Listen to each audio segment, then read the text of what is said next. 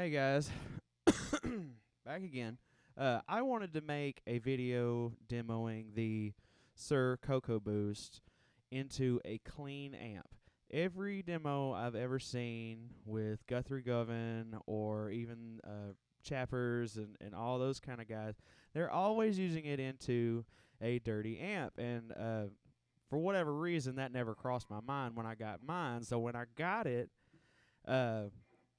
it doesn't work the way that they show it into a dirty amp into a clean amp. It does not work the same.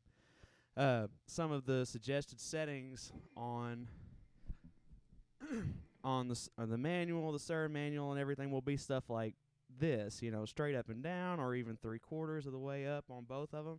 That is absolutely unusable into a clean amp. I'm going to show you the difference in volume, even with just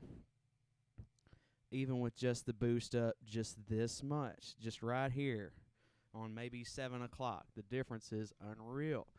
And I'm playing into a Deluxe Reverb, and I've got a LTD with EMGs on it, but that's not important. It's just as important as the boost. That's your volume right there, and I've even got my gain turned down on my preamp pretty good because it's going to get louder. But that's just the amp, nothing else. One more time. And then again.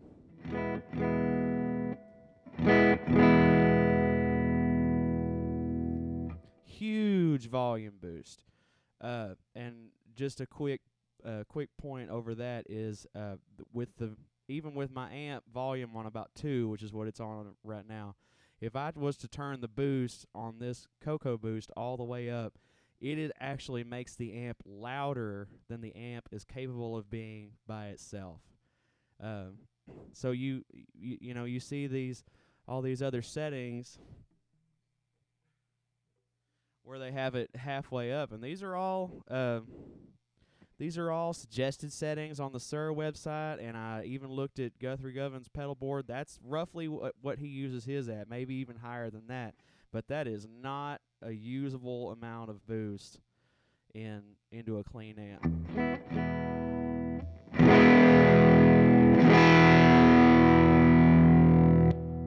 That goes from a manageable volume to absolutely rattling the walls. So what I've ended up doing with it is taking the boost and turning it way down to just about nothing, just about like that. And all I'm really using it for at this point is to liven up a clean amp. So, you get just, well, I showed it to you earlier. And really it just compresses it a little bit, puts a little more heat onto the amp itself. And it sounds great, and I love it for that. The other thing that they never show you on these videos is that the mid boost is not independent of the clean boost. And you have your 3 settings on the mid boost selector. This selector right here. The far left is kind of a it's supposed to bring out the natural mids in your amp or in your guitar. The middle one is for high mids, which is a little shrill for me, and the far right one is kind of a smoother mid boost.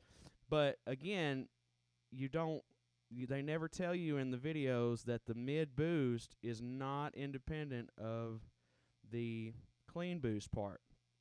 It actually adds on top of it. So again, with no other pedals on or into a clean amp, the mid boost that high up is again just, it's way too much. And I'll show you that now. Even I'll put it on about halfway. So you get your clean boost here, which is a little bit of a volume boost. I'm still only on 2.5. And then you get your little clean boost. Now I'm going to turn the mid boost on.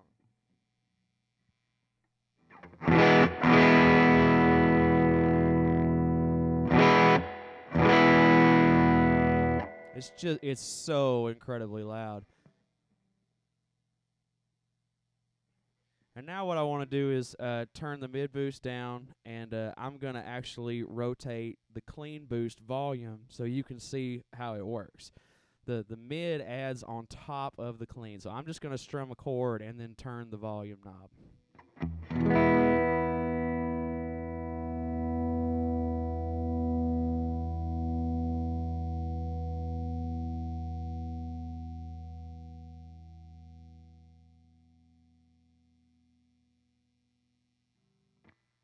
See what I mean? Big difference. I mean, it's very transparent. It sounds great. I really like it, but I've really had to experiment with it to find out how I wanted to use it.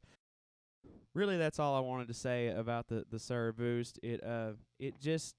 Every demo I've ever seen it on,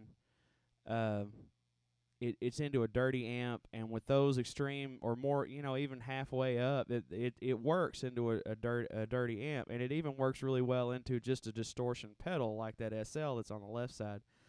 But just into a clean amp, it's just way too much by itself. And in fact, the only time I ever use it with nothing else on is when I'm just totally clean, and I just leave it on 100% of the time. And like I said, it compresses the amp just a hair, but it's still very transparent. It compresses it just a hair though, and it just livens things up a little bit. And you just go from just something simple.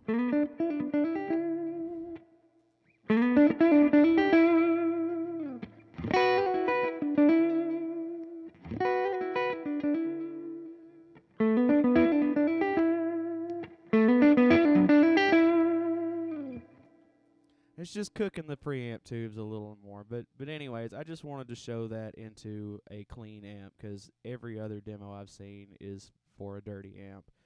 And I didn't know any of this until I got it and started playing around with it. But thanks, you guys.